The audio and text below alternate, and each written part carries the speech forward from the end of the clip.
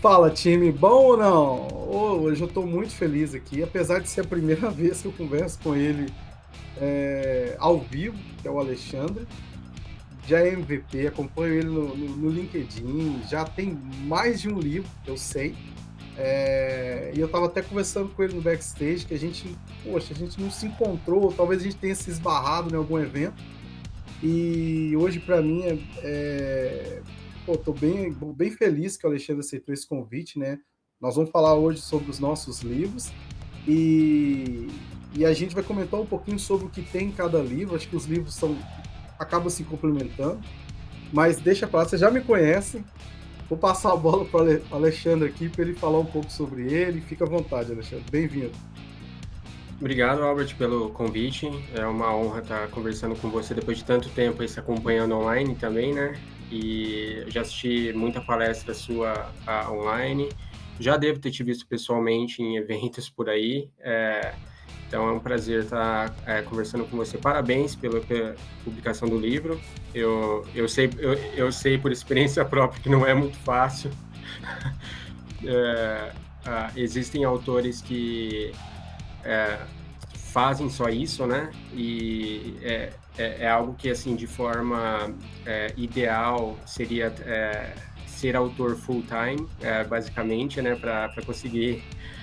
Então, é bastante desafiador escrever um livro. Parabéns pelo seu primeiro livro aí. Espero que seja o primeiro de muitos aí e tenha muito sucesso aí a sua primeira publicação. Meu nome é Alexandre Malavasi, eu sou atualmente CTO da Amarelo, que é uma empresa de logística aqui do Brasil.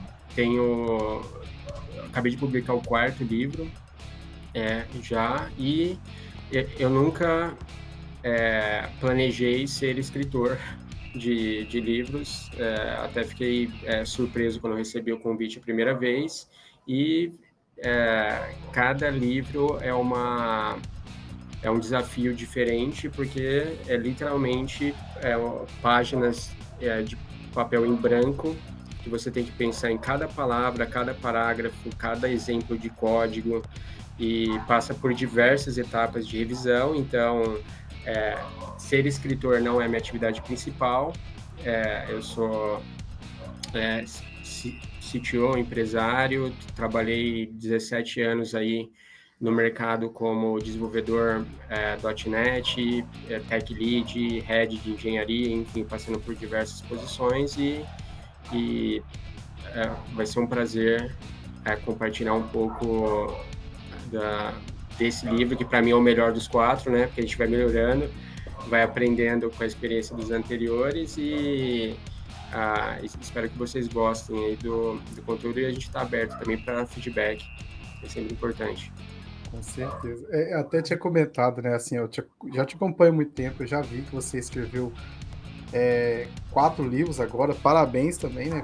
Não é fácil escrever, igual você falou, não é fácil escrever um livro. E ter 4 livros publicados é sensacional, ainda mais em uma outra língua, né, Alexandre? E aí, assim, na primeira vez, só para trazer um pouquinho dessa dificuldade que o Alexandre comentou, é que na primeira vez que eu recebi alguém me chamando, me propondo a escrita de um livro, o livro era sobre Cloud Native. E aí é igual o Alexandre falou, cara, a página está em branco. E como que você consolida a sua experiência, o seu conhecimento em algumas páginas? E aí, para quem está começando, tem aquela questão ou a síndrome do impostor, ou a questão da perfeição, ou a questão de, pô, será que alguém vai ler meu livro? Será que alguém vai gostar do meu livro? E eu confesso que no momento que eu estava, eu não pude suportar a pressão e cancelei.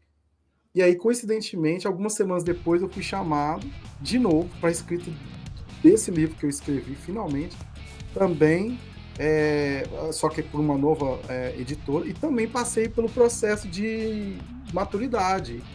Eu não sei como é que foi o seu caso, Alexandre, você pode até comentar, mas para mim, você tem 2 dias, basicamente, no máximo, para definir o outline do livro, que é o escopo que você quer escrever, o que o pessoal vai ler e aprender sobre o seu livro, cada capítulo. E a partir dali, a partir desse escopo, que você tem que definir em 2 dias, você tem um planejamento de entrega. E vamos dizer Uhum. assim, são 2 semanas, dependendo da quantidade de páginas que você tem, a cada 2 semanas você tem que entregar, mas olha só, você tem que escrever, você tem que fazer o código, você tem que testar, você tem que revisar os capítulos anteriores que estão chegando para revisar, você tem que fazer as imagens. Cara, não foi fácil, não. É, Foi fácil, não. a primeira vez que eu recebi o convite para escrever mais ou menos uns 4 anos atrás era um pouco antes da pandemia e a editora ela entrou em contato comigo e falou assim, ó, estamos precisando de um autor mais ou menos com o seu perfil para escrever um livro de design patterns com .NET e também um livro de desenvolvimento de aplicações Enterprise com .NET. Daí, o que eu fiz? Eu criei o outline dos dois. Pensando assim, eles vão escolher um ou outro. Uhum. Só que, na verdade, eles aprovaram os dois. Daí, assim, daí eu falei, beleza, vou escrever os dois ao mesmo tempo. Só que acabou, assim, que é humanamente impossível fazer isso. Daí, um dos livros eu entreguei só um pouco atrasado do cronograma, que é o de Design Patterns, e o desenvolvimento de aplicações corporativas com .NET, eu entreguei, sim, com quase um ano de atraso. Não tinha a mínima condição, só que, assim, foi falta de experiência desse tipo de processo. E o primeiro livro, eu, eu lembro que eu comecei a meio que controlar numa planilha de Excel a quantidade de tempo que eu gastava por dia, assim. Daí chegou um momento que eu cheguei numa média de mais ou menos 1 hora por página para escrever, para gerar imagem, para gerar o exemplo de código, revisar, tal, né? Só que daí, para cada página, existem várias rodadas de revisão na editora, daí você fica voltando, então vamos colocar aí uma média de 2 horas por página. Um livro de. Página ou capítulo? Por página mesmo. Nossa, cara. Meu primeiro livro. Isso no primeiro livro, né? Que não tinha experiência, um outro idioma. Não existia tantas assim, ferramentas tão boas como existe hoje de correção gramatical e por aí vai, né? Daí eu gastava assim 1 hora por página. Daí eu falei, caramba, eu vou demorar 400 horas só para mandar a primeira versão de cada do processo todo. Então eu falei, nossa, eu não quero fazer isso nunca mais, eu pensei. Só que daí você vai pegando o jeito. Daí quando eu entreguei o primeiro, entreguei o segundo, daí o terceiro livro foi a segunda edição do primeiro de Design Patterns que tinha ido bem. E daí você começa a pegar o jeito e começa a ficar menos desgastante. Só que mesmo assim é um processo muito lento, muito moroso, e tem dia que você não tá afim de escrever, você não tá com criatividade. É muito mais fácil programar do que desenvolver, do que escrever um livro para mim. Então, na finalização de cada livro, eu pensei, é meu último, é meu último, é meu último. Daí já tô no quarto. Nossa, não para, né, velho? Eu acho que você fez bem. Assim, eu acho que você foi até bem produtivo e organizado, assim. Eu primeiro tive muita dificuldade, igual você falou. Eu não. Na verdade, eu tenho dois, né? Um eu fui coautor, que é de Cloud Native, Jornada Cloud Native no Brasil. E esse foi solo. E o primeiro que eu tentei, eu não consegui mesmo, assim. E aí a criatividade, cara, quando você vai escrever, é difícil, cara, porque você sabe o conteúdo, e depende também do público que você vai entregar o livro, você tem que medir ali a mão, né? Então, se você vai para um público que é essentials, igual no caso do meu livro, eu tenho que medir muito a mão, porque dependendo do que eu falar, isso pode levar a um outro contexto, uma outra dinâmica para a pessoa. E aí eu até fiz um pouco igual você, Alexandre, confesso. Eu criei meio que um processo, porque assim, quando você olha para o outline, ele te guia bastante na hora que você vai definir os pontos que você vai escrever, né, os parágrafos. Só que se você fala assim, cara, eu vou escrever, e aí à medida disso eu vou ou trabalhando no código, ou trabalhando nas imagens, eu falava assim, cara, isso não está sendo produtivo. Então o que eu falei? Qual que é o objetivo desse capítulo? O capítulo é entregar database, ok. Eu fiz todo o sistema database, então eu tinha meu fluxo. Primeiro fazer o código, fazer assim assado. Agora eu vou escrever isso, isso, isso, isso. Aí eu começava a escrever. Aqui eu colocava as imagens, depois eu começava a colocar as imagens quando eu terminava. Mas não era tipo direto, não. Tinha dia que eu escrevia um capítulo inteiro, mas tinha vezes que eu demorava muito para escrever um capítulo, ou um tópico de um capítulo. Porque às vezes a criatividade não vem, né? Mas eu confesso que quando eu cheguei numa etapa desse livro que foi publicado, eu falei assim, cara, eu nunca mais quero isso na minha vida. Nunca mais. Que é muito difícil. Mas o legal é que eu fui aprendendo durante o processo que se você tem uma equipe boa, na verdade, pessoal, só para vocês saberem, tanto o Alexandre quanto eu, nós tivemos um suporte de uma equipe que fazia revisões gráficas, revisões gramaticais, revisões técnicas, para ter conformidade. Então, assim, o livro foi escrito por nós, só que a gente tem toda uma equipe que apoia. E aí, quando você tem uma equipe boa e você aprende com essa equipe, eu já estou assim, fazendo outline de um novo.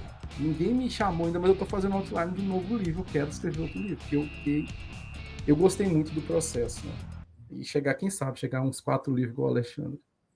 A questão da assim, que quem não nunca escreveu um livro não tem muita noção de como funciona o processo, né? Sim. Mas a gente está falando de um único capítulo do livro e voltar talvez dezenas de vezes, dependendo da situação, porque é muita gente colaborando e tendo insights assim impressionantes do que seria interessante para o capítulo, esse tipo de coisa. E uma coisa que me ajudou nesse quarto livro é fazer justamente o que você falou de, sei lá, tinha tem um capítulo que fala de integração de aplicações React com ASP.NET Core. De criar todo o exemplo de código antes de começar a escrever, você cria e depois você começa a escrever em cima.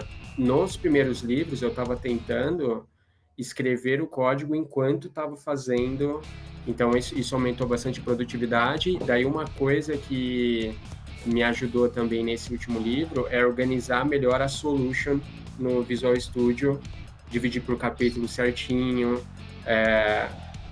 porque nos primeiros livros eu fazia meio que desorganizado, daí a editora falou, tá, sobe no GitHub agora, daí eu tinha que ficar fazendo remendo, e daí teve uma outra dificuldade também, um desafio nesse último livro.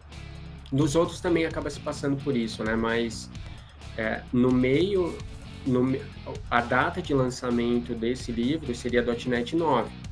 Uhum. Só que eu comecei a desenvolver, a escrever o livro com .NET 8.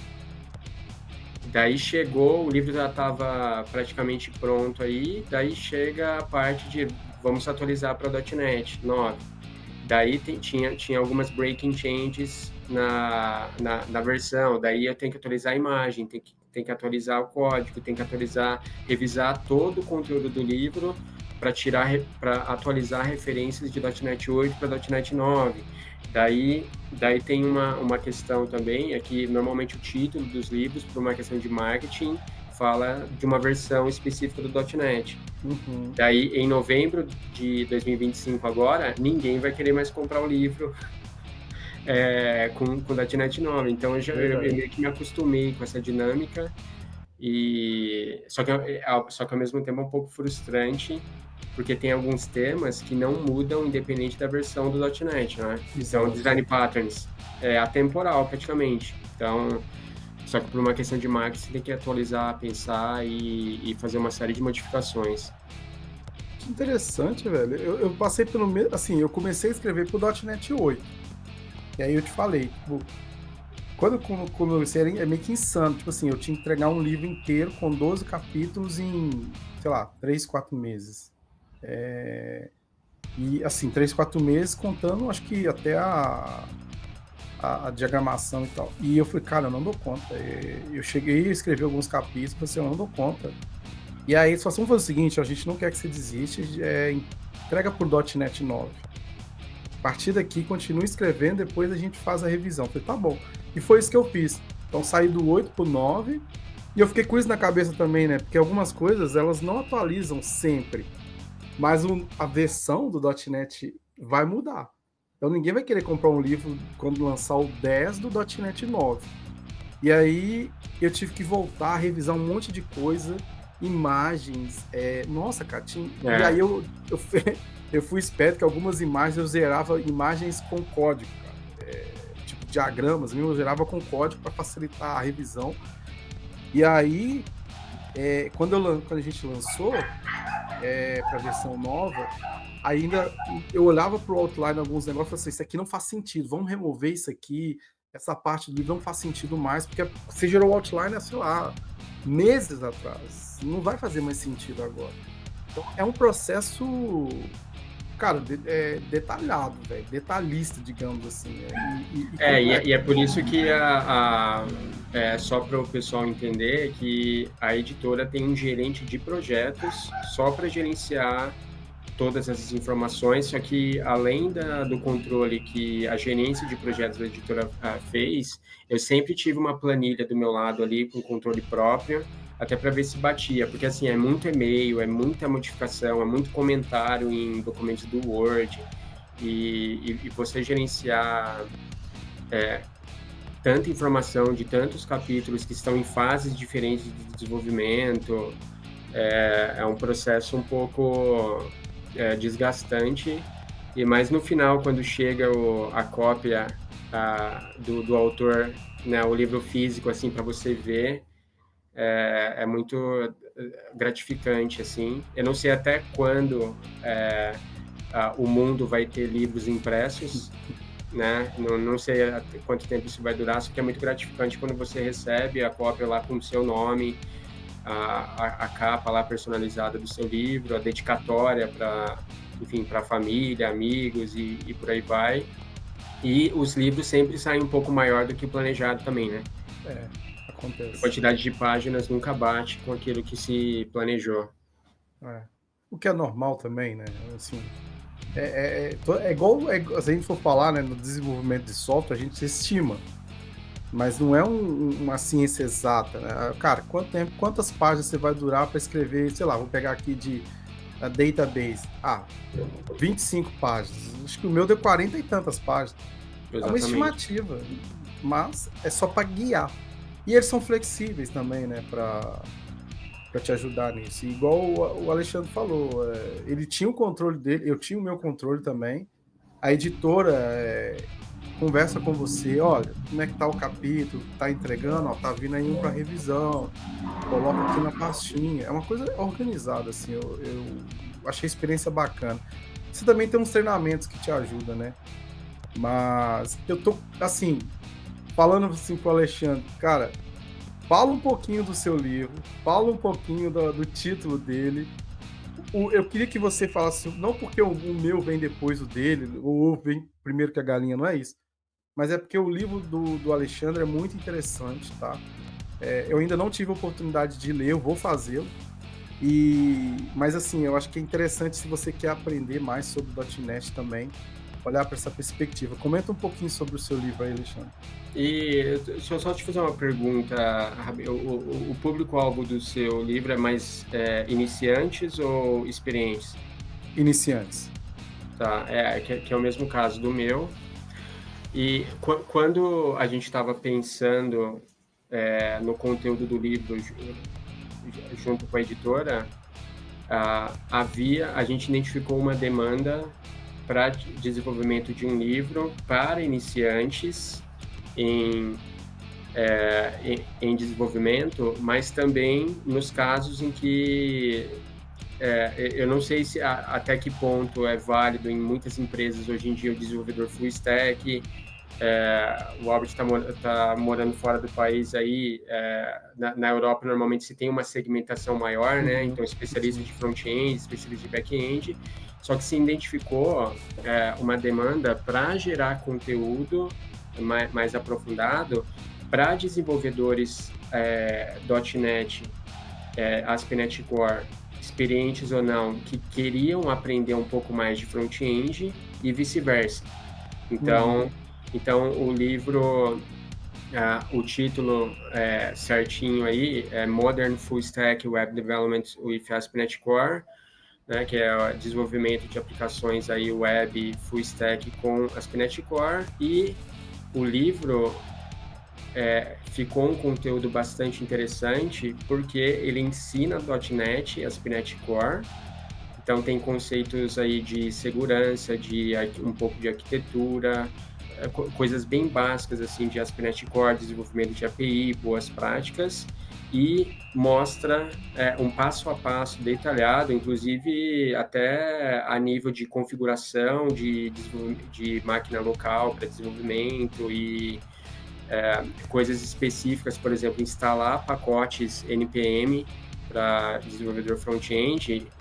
Então, se fala nos primeiros capítulos de ASP.NET Core para colocar uns fundamentos aí de desenvolvimento back-end, e depois se passa lá 5, 6 capítulos só falando de front-end. Então eu mostro do zero como trabalhar com Vue.js, eu crio uma aplicação do zero lá, com componentes, explicando os prós e contras de determinadas abordagens com Vue.js. Tem outros capítulos só com Angular e outros capítulos só com React. E depois tem a integração do ASP.NET Core, Web API, com esses frameworks também. Então, quando a gente fala de desenvolvimento full stack, que envolve back-end e front-end, a gente tem um monte de coisa, né?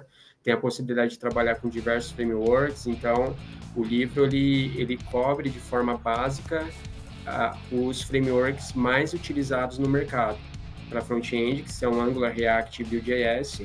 E falando aí de ASP.NET Core, fala de boas práticas, mostra como criar uma Web API do zero, e fala de Anti-Framework, Core e outros conceitos. Então, teoricamente, aí, um desenvolvedor iniciante de front-end ou de back-end conseguiria desenvolver uma aplicação básica, full stack, seguindo o roteiro que o livro está apresentando.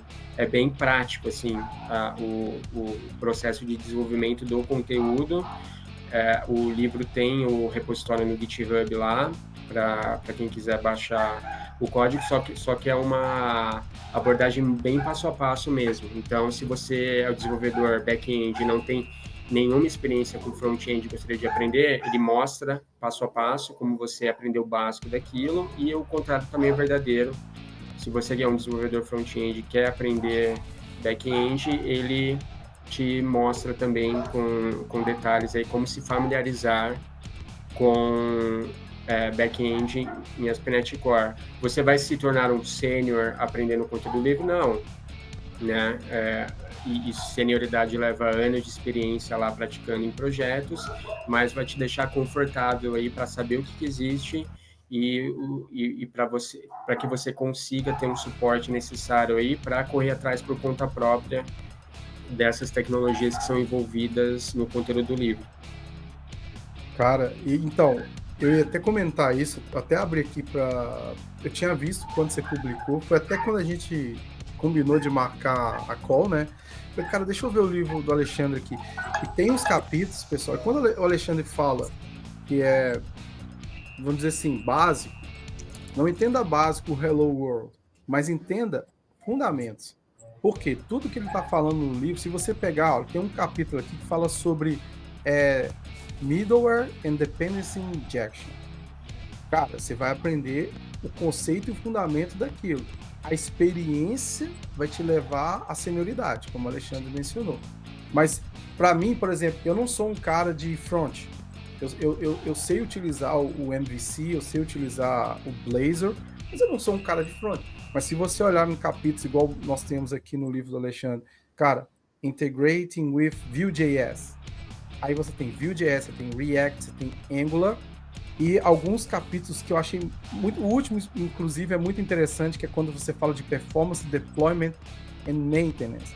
Então, esse livro, na visão, inclusive, corroborando o que o Alexandre falou, cara, foundation que você precisa, se você não conhece .NET, quer aprender, o .NET se integra com diversos tipos de tecnologia, você vai ter todo o fundamento aqui e com abordagem prática, porque isso é uma coisa que eu acho que os nossos livros têm em comum, inclusive, que é uma solicitação da PEC. A gente tem que ter uma abordagem prática. Então você não vai ler um livro de uma forma reativa, você vai ter que ler de uma forma proativa, para você conseguir absorver o conhecimento. E aí, com o apoio de tudo que está escrito, o Alexandre já postou os códigos no GitHub, cara, vocês podem aprender e ter os fundamentos e, inclusive, utilizar o código que ele fez. Eu achei assim. Já tá na minha lista aqui, Alexandre. Eu vou comprar esse livro, vou começar a ler logo. Eu tô com uns projetinhos pessoal aí, tem que dar uma refrescada. E é interessante, e até para alinhar expectativas dos que vão comprar o livro, que cada tópico de cada capítulo é tão profundo que merecia um livro separado até. Então, quando a gente fala de performance de aplicações .NET, fala de boas práticas de middleware dependent injection, React, Angular, Vue.js, cada capítulo daquele é tão profundo que precisaria de um livro até separado para isso. E o que torna o processo de criar um livro difícil também, então, porque o conteúdo é extenso, o que você escolhe, e aí que entra o critério de escolha de autores pela PEC e outras editoras. Não são acadêmicos, simplesmente, não são pessoas que não estão atuando na área, são pessoas desenvolvedores que entendem aquilo que é importante para um desenvolvedor aprender. Então é muito direcionado para ter uma abordagem hands-on mesmo. Não tem como você ler o meu livro e ler o livro do Albert sem estar com o VS Code e o Visual Studio aberto de lado ali no outro monitor para ir fazendo junto e acompanhando os exemplos práticos que o livro fala. Sim. Até coloquei na tela aqui, que é interessante, pessoal. Tem na Amazon Brasil, já está disponível. Vou deixar os links, né, tanto do Alexandre, quanto os links dos livros, inclusive, né, Alexandre? Eu vou colocar na descrição. Mas se vocês... Olha só a riqueza de conteúdo que nós temos aqui, tá? Eu não sei nada sobre o ASP.NET. Olha, tem um capítulo que é relacionado à introdução, né? Você tem um capítulo que vai falar sobre o Blazor. Se você não sabe o que é Blazor, vai para a introdução do Blazor, né? Ele tem capítulos avançados, igual o Alexandre falou. Se ele for falar sobre Blazor em detalhes, tem assunto para um livro só sobre o Blazor. Se você for falar de segurança, de services, igual essa parte aqui onde ele fala sobre REST, tem duas partes aqui. Facilmente daria um livro com padrões, com associação com design partners que o Alexandre falou. Então, assim, é um livro rico, é um livro muito bom para você só de... Assim, eu bati um papo com o Alexandre, igual eu comentei, não li ainda, mas conhecendo o mundo do .NET, conhecendo também o que o Alexandre tem postado e tem feito, já que eu acompanho há muito tempo, eu literalmente eu aconselho, se você pretende se tornar um bom desenvolvedor e conhecer todos os fundamentos, esse livro é para você, tá? Vai te ajudar bastante nisso. É uma coisa que o pessoal me pergunta bastante, né? Principalmente nas redes sociais, mas e versão em português? Versão em português? Não tá na... eu e o Albert fomos convidados por uma empresa, uma editora de fora do Brasil, né, para escrever um livro em língua inglesa. Em alguns casos, existe a tradução para determinados idiomas. Acho que teve um livro, meu primeiro de Design Partners, que foi traduzido em chinês, mas, via de regra, como é um livro em inglês que não foi escrito por falantes nativos da língua inglesa, é impossível o nível de inglês estar avançado o suficiente para que alguém que tenha um conhecimento básico de inglês ali não consiga acompanhar. Sim. Então, não é a mesma coisa que, enfim, alguém com um vocabulário muito extenso e começa a dificultar a linguagem, de certa forma. Então, dá para acompanhar, porque se a gente que é brasileiro conseguiu escrever, eu acredito que, principalmente desenvolvedor que já está acostumado com uma linguagem, nas documentações técnicas das tecnologias que a gente trabalha, a maioria está em inglês, né? Então, eu acredito que não haverá barreiras. E, mesmo que existe algum tipo de barreira, é interessante para qualquer desenvolvedor começar a investir em inglês também.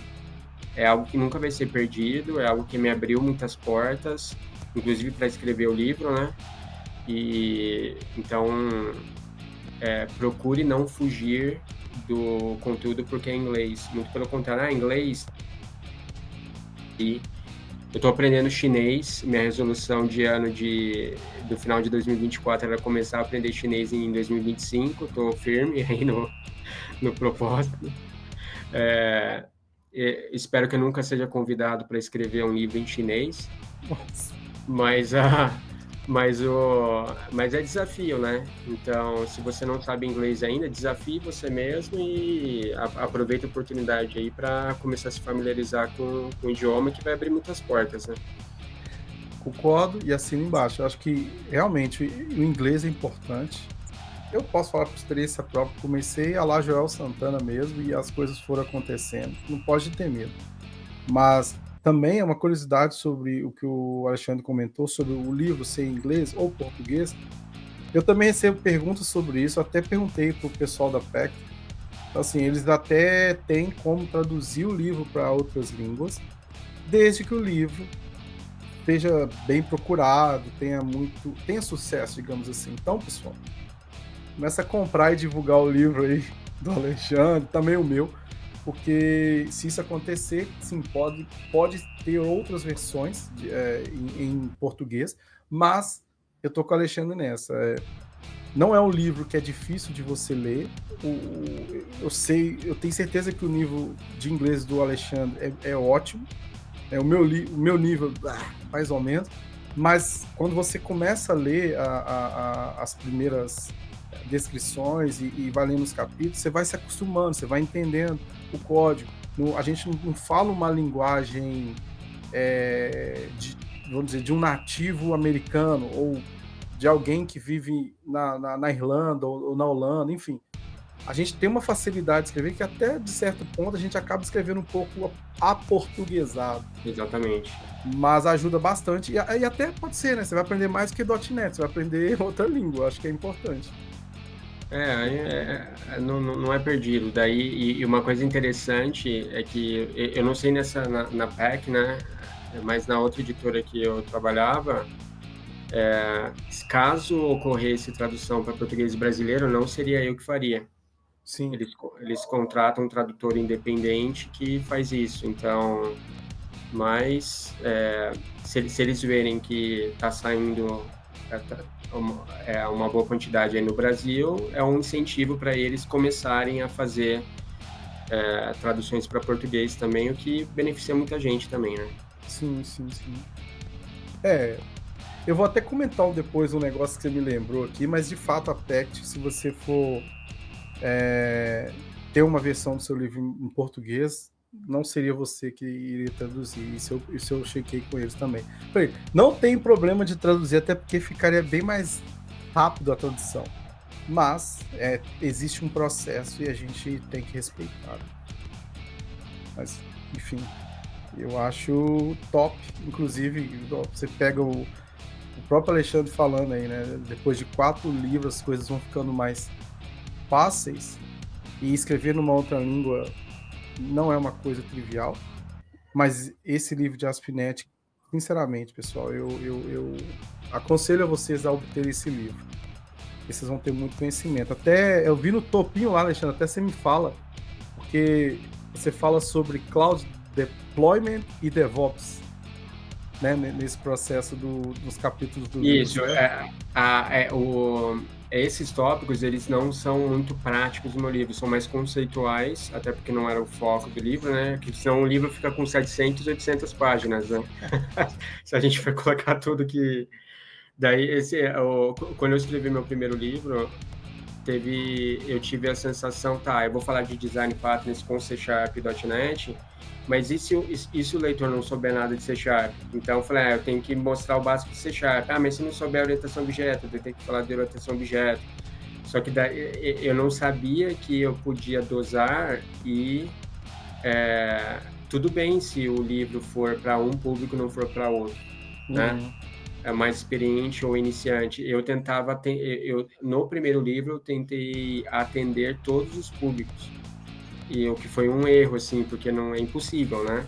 É a mesma coisa quando você vai dar uma palestra, dependendo do público, você fala coisas mais profundas ou coisas mais básicas, até mesmo improvisando, baseado no que você está vendo no evento na hora, né? Da audiência. E livro é a mesma coisa, então esse quarto livro meu é para iniciante, e embora alguns conceitos ali sejam interessantes para desenvolvedores mais experientes também, porque fala de boas práticas de qualquer forma. Então, mas o conteúdo do livro é mais aproveitável para iniciantes, com certeza. Legal. Assim, eu sou da opinião, igual eu falei, eu vou ler o livro, não só porque eu quero ler o seu livro, Alexandre, mas também eu acho que eu sempre tenho coisas a aprender. Independente se é iniciante ou não, eu gosto de ler. Então, a visão da pessoa que é importante. O Alexandre tem uma visão muito interessante. É só você buscar as palestras, você olhar para os outros livros. Então, você sempre vai ter algo a aprender. Às vezes, até coisa que você imaginava que era de um jeito, você não sabia que era dessa forma, dessa visão. Então, assim, seja você iniciante, seja você intermediário, até senior, que às vezes você vai precisar de algum conhecimento de front-end, olha o livro, né, do Alexandre, que eu acho que vai ser muito importante. Essa Muito top. questão da experiência do autor me faz lembrar a primeira vez que eu li o livro Código Limpo, Hum, em português ainda, que daí a gente descobre, né? Depois que a gente leu em inglês, percebe que a tradução não ficou... não ficou legal. Poderia ter sido melhor, mas a coisa que mais que mais me chamou a atenção no livro, a primeira vez que eu li há muitos anos atrás, é um exemplo pessoal que o autor deu de Código Limpo, de quando ele era escoteiro naqueles clubes de escoteiro americano. Ele falou o seguinte, que quando ele era escoteiro, tinha uma norma lá que quando você está num acampamento, você tem que deixar sempre o acampamento mais limpo e organizado do que quando você encontrou. Não importa quem bagunçou o acampamento.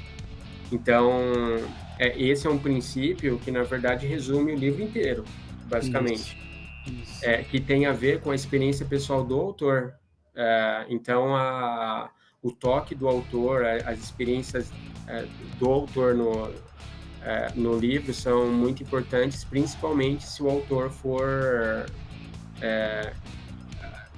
da sua área específica que você trabalha. E nesse caso, eu e o Albert, desenvolvedores aí .NET, Cloud, há muitos anos. O meu primeiro livro de Design Patterns, eu estava meio que cansado assim de livros teóricos de Design Patterns, né? E daí eu escolhi 13, 14 patterns e eu mostrei no livro, na época, exemplos reais de projetos que eu trabalhei. É diferente a pegada, né? É muito, né? E o que eu achei interessante dessa nova editora da Packard, que eles incentivam isso. Essa pegada mais prática tem a ver com a experiência do autor e agrega muito mais valor para o leitor. Muito mais. Eu concordo demais. Eu acho que. Então, isso é uma coisa que eu até eu falo no meu livro. Até para falar com vocês, pessoal. Qual que é o livro do Albert e por que eu acho que os dois livros são interessantes, tá? Pode ser que tenha alguns assuntos que eles se tem alguma interseção entre os assuntos, mas o meu é ASP.NET ou ASP.NET Core 9 Essentials, que é para quem está começando. E aí, já já a gente comenta sobre os capítulos, mas uma abordagem que eu queria ter é exatamente o que o Alexandre falou. Eu falei, olha, eu quero falar de ASP.NET Core, eu sei que o pessoal quer aprender, mas como é que é na realidade? Na realidade, não é você ir lá no Visual Studio, criar um template, um projeto baseado em um template project e tá tudo certo. Não, você tem os desafios do dia a dia. Em algum momento, você tem que fazer o deploy desse aplicativo para um ambiente de cloud. Você tem que olhar um pouco na perspectiva de o que é uma aplicação cloud native, que não existe hoje mais você desenvolver de uma maneira isolada. Você tem que pensar em cloud, tem que pensar em reutilização, você tem que pensar em escalabilidade. Então, trazer essa experiência que o Alexandre mencionou de você, eu trabalhei com isso, trouxe casos reais, e não é uma coisa só teórica, mas na prática, exemplo legal, né? Eu sempre tive essa pergunta, Alexandre. Quando eu li um livro também, eu não lembro qual livro que foi, sobre design partners, e falava sobre o padrão Observer. Eu fico assim, que momento que eu vou implementar esse negócio? Isso quando eu estava começando. Faltava uma implementação real para te instigar mais. E é isso que vai te ajudar a aprender. E é exatamente isso que os livros têm. Tanto do Alexandre quanto o meu tem para vocês. E falando de Observer, enquanto você abre aí, que tem um dos capítulos do meu livro que fala de React, eu coloquei junto com o React a utilização de SignalR e falei enfim, do padrão Observer e assim combinado, né, com tudo isso. Daí sempre tem a tentação de falar, nossa, eu vou incrementar, daqui a pouco o capítulo fica com 100 páginas, e só que é tentar levar um exemplo prático de coisas, assim, a gente não, é igual exemplos de orientação a objeto, a gente não desenvolve carro, a gente não desenvolve, tem a natureza, daí tem sei lá, o macaco que herda do chimpanzé, e não, não é isso que a gente desenvolve no dia a dia, né? Então tem uma série de conceitos de programação que tem que partir para o lado prático, realista, né? Isso. Eu acho muito legal isso, cara. Porque, igual você falou, ó, eu tinha muito isso quando eu ia começar a desenvolver orientação objeto, aí eu tinha que desenhar, né? Desenhar lá os quadradinhos, eu gosto até hoje de fazer isso. Falando assim, cara, isso é um esboço, é um draft do que pode ser, é uma abstração. No real, não tem como você criar uma herança já top-down, fazer uma herança aqui, vou fazer essas partes. Não. À medida que você vai desenvolvendo, você vai identificando comportamentos, identificando necessidades, aí você fala assim, peraí, aqui eu posso fazer uma herança, aqui eu posso criar uma classe abstrata para fazer isso. O design é vivo, né? Vivo e dinâmico. Exato. É dinâmico. E aí, igual o Alexandre falou, agora eu vou usar o SignalR para fazer alguma coisa. Aí você começa a viajar na parada, porque você vai descobrindo as coisas quando você tá fazendo. E se você não medir, igual a gente, como autor, se a gente não medir, cara, você vai escrever, vai criar um monstro. Você tem que segurar a onda, justamente para fazer, cara, até aqui, esse público vai ter esse entendimento, que é o insumo necessário para você caminhar, sabe? Mas, na real, não é... Como é que eu posso dizer, né? Desenha aqueles diagramas maravilhosos. Não, aquele diagrama vai ser a última coisa que vai acontecer. Você vai ter um esboço. Mas é bem isso mesmo. Deixa eu compartilhar aqui. E aí até é bom que o Alexandre também comenta. Esse é o meu livro, pessoal. É o ASP.NET 9 Core Essentials. E aí, até para trazer aqui um pouquinho do que eu estava falando, olha só. No meu livro falo de segurança também, fala sobre middlewares, assim como o do Alexandre fala. Claro, tem algum nível de detalhe aqui, mas os capítulos que eu escrevi, todos os capítulos eu escrevi, como é que eu posso dizer? De uma forma divertida para mim. Mas esse capítulo aqui, Manage Application Settings, Deploy Host Application and Cloud Native Development, esses capítulos para mim foram os mais fora da caixinha só do .NET. Por quê? Eu estou falando, por exemplo, quando você gerencia configurações de aplicação, qual que é a melhor prática hoje?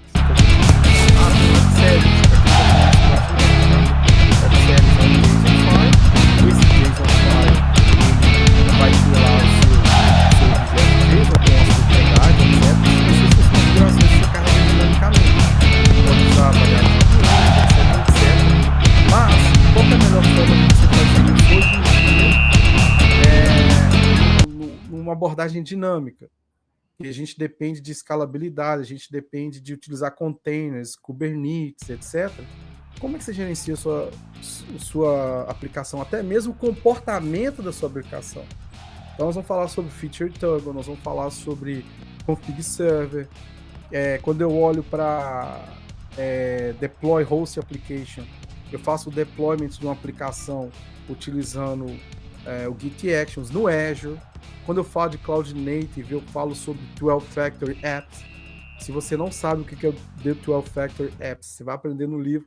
Então tem muita informação que sai um pouco da caixinha do .NET, mas é justamente a nossa realidade prática, porque no dia a dia a nossa demanda é essa, a gente vai ter que conectar os pontos que muitas vezes não são conectados para alguma forma teórica de você olhar para a tecnologia, e a gente está trazendo na prática, tá? Então assim, eu falo sobre Signalware, e é interessante que eu usei, e aí uma curiosidade, até que eu comentei que ia falar sobre isso, Alexandre.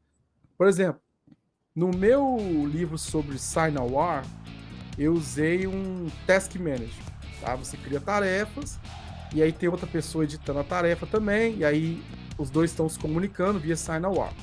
Tem uma forma de escrita do meu código, tem uma didática que eu utilizei para utilizar o Task Manager. Inclusive a definição do meu código. Eu não usei arrow function, nada disso. Uhum. E aí foi interessante que quando eu publiquei o código, cara, um camarada lá, ele fez um trabalho legal. Ele mandou um pull request cheio de alteração no código. Exatamente. Sabe? Não, altera isso aqui, coloca isso aqui, que isso aqui tá um C# mais moderno. Eu fiquei pensando assim, no início eu falei assim, que legal, né? Mas depois eu pensei, cara, eu não posso alterar. Porque o meu código é o espelho do que eu escrevi no livro. E a minha didática é para quem está começando a aprender aqueles fundamentos. Eu não quero criar uma complexidade de sintaxe, mas aqui é a forma que você... Pode ser verboso? Pode ser verboso, mas é a didática que eu utilizei. E eu não poderia simplesmente aceitar o pull request, por mais legal que fosse, porque senão descaracterizava o meu livro. Você teve isso também? Você passou por isso? Eu tive isso também na fase de revisão do livro, na fase final, né? Porque no final, depois que eu passei para o GitHub, no final do livro eu passei todo o código de todos os capítulos para o GitHub e houve um processo de teste de pessoas técnicas da editora que rodaram enfim, localmente, verificaram inconsistências, inclusive o .NET 9 quebrou diversas coisas de Blazor nas minhas demos, eles identificaram, eu tive que alterar o código e o livro. Ainda bem que eles identificaram, né, algumas coisas, só que tem algumas coisas que no meu dia a dia eu desenvolveria diferente um pouco do que está no livro. Então, por exemplo, eu vou dar um exemplo de uma coisa pequena só para ilustrar que aconteceu com coisas um pouco mais complexas. Por exemplo, para quem está começando programação, utilizar condições ternárias não é muito legível. Verdade. Daí, assim, faça o if e o else tradicional e pronto, acabou. Ou faça um switch case padrão para algumas coisas, porque está num processo de aprendizado de programação. Então, parte do desenvolvimento do livro faz com que a gente fique se vigiando o tempo todo para não ir para um preciosismo técnico que não vai ajudar o leitor também. Isso serve para palestras, artigos em blogs que a gente faz como, enfim, contribuidores da comunidade também. Quem que é o público? O público está aprendendo programação, então eu vou escrever de uma forma que ajude esse público. O objetivo do livro não é exibicionismo técnico meu, é ajudar pessoas que estão iniciando com desenvolvimento full stack ASP.NET Core. Esse é o principal objetivo. Só para ilustrar o que o Alexandre está falando aí, pessoal, e isso é uma verdade, tá? O que ele falou. Não é para cuspir Technic ou eu sou o cara do... Não é isso. Mas olha só, isso aqui é o operador ternário, tá? Ele tem o interrogação e o 2 pontos. Então, basicamente, é um if-else. Então, se você tem uma condição lógica aqui, né? No caso, essa temperatura aqui em Celsius for menor do que 20, ele vai ser cold, senão ele vai ser perfeito. Ou seja, se você olhar durante o código várias execuções de operador ternário, para quem é mais experiente, batendo o olho já meio que processa isso. Mas para quem está começando, isso não é tão trivial. Então, muitas das vezes, em alguns casos, a gente utiliza sim o if e o else. Ah, mas não é o melhor jeito de escrever. Cara, mas é para aprender, é para você entender como é que funciona isso. E eu gosto muito de fundamentos. Eu, por exemplo, no livro, nos primeiros capítulos, eu meio que respondo uma pergunta que todo mundo me faz, que é: Albert, qual que é a diferença entre .NET e .NET 9, 6 e .NET Framework? Então, assim, é o fundamento. Eu vim da versão 1.1 do .NET Framework. O que é o .NET Framework hoje? Não tem o .NET Framework hoje, para alguns legados. Então, eu explico isso, trago esses fundamentos de uma forma clara. E aí, de novo, tanto o meu livro quanto o do Alexandre são livros para você que está começando. Também, se você for intermediário, você pode aprender muita coisa, mas ao mesmo tempo a gente está trazendo experiência e fundamentos para te tornar um desenvolvedor, uma desenvolvedora com capacidades. E aí é só você olhar para os dois, como é que fala? Os dois descriptions, os dois capítulos de cada um dos livros, para você ver a quantidade de assunto interessante que existe, né? Eu achei interessante a ênfase que você deu nos 3 últimos tópicos lá do seu livro, porque são tópicos que só é possível discorrer sobre eles de forma apropriada quem já passou pelas dores de ter problemas com essas coisas. Então, quando a gente fala de configuração, quando a gente tem uma aplicação monolítica publicada num servidor só, tá, um arquivo de configuração funciona, muitas das vezes.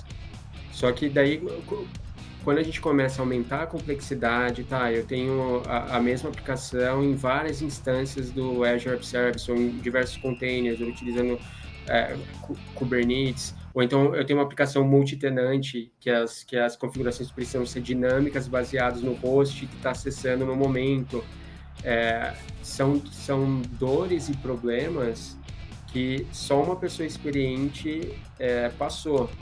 Então, é muito interessante que esses 3 tópicos que ele citou, só é possível entender as soluções para os problemas enfrentados se alguém que já enfrentou passou. Não tem como ser teórico ali, né? É impossível.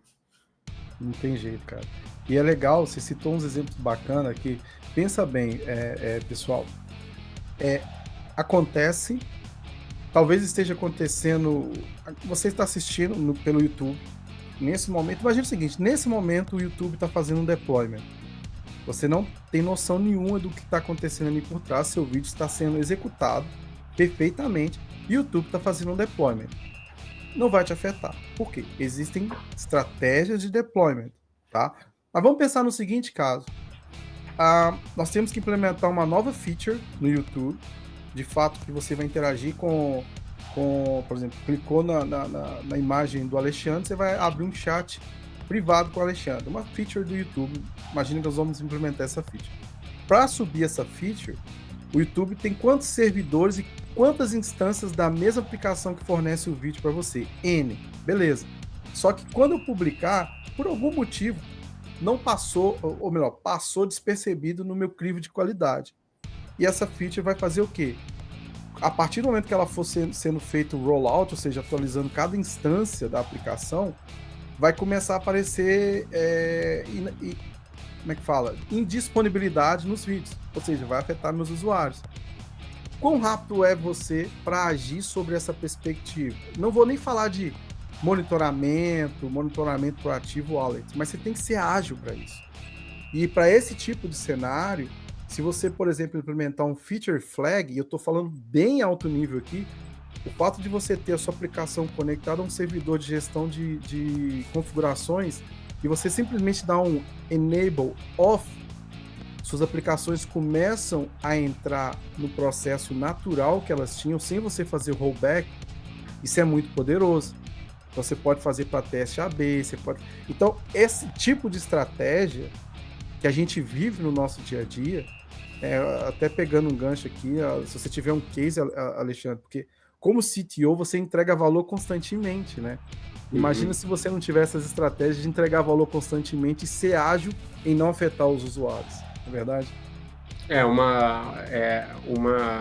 Um dos mitos aí que existe, porque assim, tem muita empresa que fala que é ágil e não é. Então, você rodar o processo do Scrum não significa que você é necessariamente ágil na sua cultura como empresa e tal. E uma das coisas que eu aprendi no decorrer dos anos é que é infinitamente melhor você liberar em produção de forma constante, dar problemas, porque você vai ter feedback de usuário, seja qual for o tipo de aplicação, você vai ter feedback de usuário, você vai descobrir os problemas com antecedência, do que tentar pensar em todos os casos, em todos os requisitos, gastar, assim, eu não estou falando que não precisa de teste unitário, que não precisa de teste de integração, só que existe um limite, né, de custo em relação a determinados fatores pré-deployment. Uma das coisas que eu aprendi, assim, passando por muitos problemas nos projetos que eu trabalhei, de todos os portos possíveis, de áreas diferentes, código constantemente em produção é melhor, mesmo que você tenha que apagar incêndio algumas vezes, e existem estratégias seguras, como o Albert falou, de fazer isso, feature flag, você pode liberar propositalmente para um determinado grupo de usuários, você não precisa estar com uma feature 100% pronta para fazer o merge na master, não precisa. Você pode subir na master todo dia, se você tiver uma estratégia correta de deployments e de release das suas aplicações. Então, tem determinadas coisas que você só aprende passando por essas situações, e uma das lições mais valiosas que eu aprendi e que eu procuro seguir disponibilize em produção o mais rápido possível. Se o seu usuário não está utilizando o que você está desenvolvendo, não tem valor nenhum. Se não existe para o seu usuário aquilo que você está desenvolvendo, não tem valor nenhum. E, inclusive, hoje em dia, saiu a versão do .NET em novembro, a atualização para produção no mesmo dia. Mais ou menos assim. Antigamente, eu ficava protelando aquilo, vamos ficar um mês testando. Hoje, de uns 5 anos para cá, a atualização no mesmo dia liberou, libera em produção e vamos administrar, porque o nível de problema é muito menor do que esperar. E o Albert, acho que ele deve ter que lidar até hoje com aplicações .NET Framework, até o .NET Core, né? Antes do .NET 5, que, assim, se não for atualizado até agora, não vai ser atualizado nunca mais, eu tenho impressão. Então, enfim, eu aprendi muita coisa fazendo deploy constante para produção, e eu acredito que os capítulos finais ali do livro do Albert vai te ajudar a não cometer os erros que eu já cometi no passado, que existem duas formas de aprender: ou você aprende com a experiência dos outros, ou com as suas próprias experiências. É mais barato com a experiência dos outros, né? Sim. Mas eu acho assim, eu acho que uma das coisas, eu também aprendi apanhando muito, errando. Mas eu sempre falo hoje que, acho que é um complemento dos temas lá dos 3 últimos capítulos, é que se você olhar para a perspectiva do DevOps, vamos esquecer ferramental, tá? E vamos pensar em cultura, entrega de valor, etc. A ideia é ir rápido para você acertar mais rápido. É igual o Alexandre falou, se você não entregar constantemente, tudo que você tem de ideia está na perspectiva de hipótese, na perspectiva de talvez sonho. Mas a partir do momento que você entrega um pedaço desse valor para o seu usuário e você vê o quão eles estão aceitando aquele valor ou não, rapidamente você sai do modo hipótese e começa a agir sobre aquela perspectiva. Então, algumas vezes você vai acertar, outras vezes você vai errar, mas se você tem uma boa gestão, se você entrega constantemente, isso que vai fazer diferença, né? Então, a gente tem que errar. A gente aprendeu muita coisa na nossa jornada, errando bastante, a gente ainda erra, mas isso é uma coisa que é inegociável. Hoje em dia a gente tem que entregar valor constantemente, até porque se você olhar para como estamos hoje, quando se fala sobre agent de AI, quando se fala sobre entrega de valor com IA generativa, se você não estivesse adaptado a entregar constantemente features, valor, como que você se mantém no mercado tão competitivo e que é hoje AI first, digamos assim? Não tem jeito. Então, assim, os livros, eles vão te trazer uma base bacana.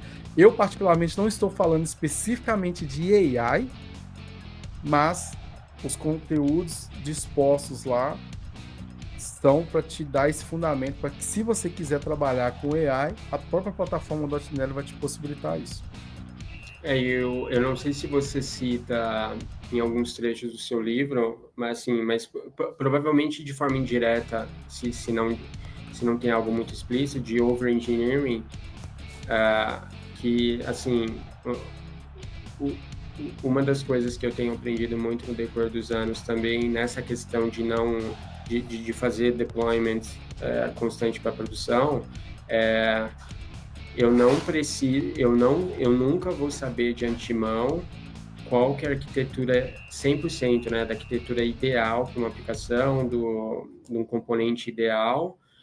E então é ok você ir aprendendo, dinamizando esse processo e refazer muitas das vezes. Então, você tem uma aplicação lá que você não sabe ainda a quantidade de usuários que vai ter, por que não um monolito num Azure App Service básico, ou containerizado com uma instância de container que seja, e compensa você investir numa arquitetura complexa de microserviço ou utilizando Kubernetes, etc., se você nem sabe a demanda real. Então, a melhor forma de testar a demanda real é faz deploy para produção, lança, testa, verifica e se adapta. E uma arquitetura de software bem feita, para mim, isso não é um conceito meu, é um conceito de, enfim, vários autores, só que eu acabei incorporando esse conceito no meu dia a dia,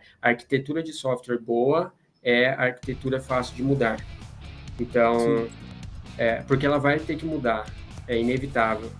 Não existe algo estático que você pensou no passado que vai se manter da mesma forma em sistema, em solução digital. Vai mudar, e então eu cito, nos 4 livros eu cito um pouco disso, porque eu acho que é um conceito muito fundamental e importante para iniciantes, intermediários e seniors se incorporarem no seu dia a dia, também nas decisões técnicas que tomam. Concordo. É igual, eu acho que eu até citei no meu livro, eu falo que a complexidade ela é feita de pequenas simplicidades, né? Então, igual você falou, um pouquinho que você fizer, mas tendo a capacidade de ser extensível, né, alterada, de acordo com a necessidade real, que é totalmente oposto do passado, né? Se for passar assim, eu vou desenvolver uma aplicação tá, vou pensar aqui num banco, vou pensar aqui numa aplicação web, com cache, com não sei o quê. Cara, calma, você não precisa disso tudo. Vamos ver se precisa, vamos analisar. Então, entregar constantemente, tendo a capacidade de implementar as boas práticas, né, os design partners, ser extensível, ter uma boa manutenção, ter uma boa qualidade e legibilidade do código. É isso que vai fazer a diferença. Não é você buscando os melhores partners, os melhores recursos de cloud. Não, calma. Pé no chão. Uma coisa de cada vez. Acho que isso é top. Top. Isso aí. Pessoal, então é isso. Eu queria... Vou deixar todos os links na descrição do vídeo, né? Com o LinkedIn do Alexandre, os livros do Alexandre, inclusive esse livro do ASP.NET 9. São 2 livros extremamente interessantes. E eu queria muito te agradecer, Alexandre, pela gentileza, né, de participar com a gente aqui no canal do CodeFC. Espero poder fazer algum outro tipo de evento e aí, inclusive, te conhecer pessoalmente. Mas agradeço muito a sua presença. Obrigado, parabéns também pela publicação do livro. E, poxa, aprendi demais essa call. Muito obrigado, meu caro.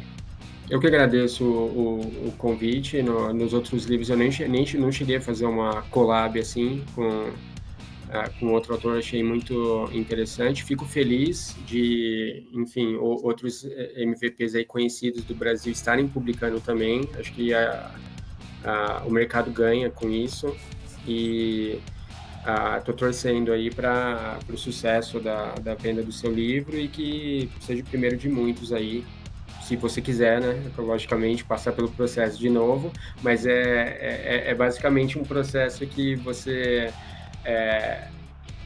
acha desgastante, mas você meio que vicia nesse...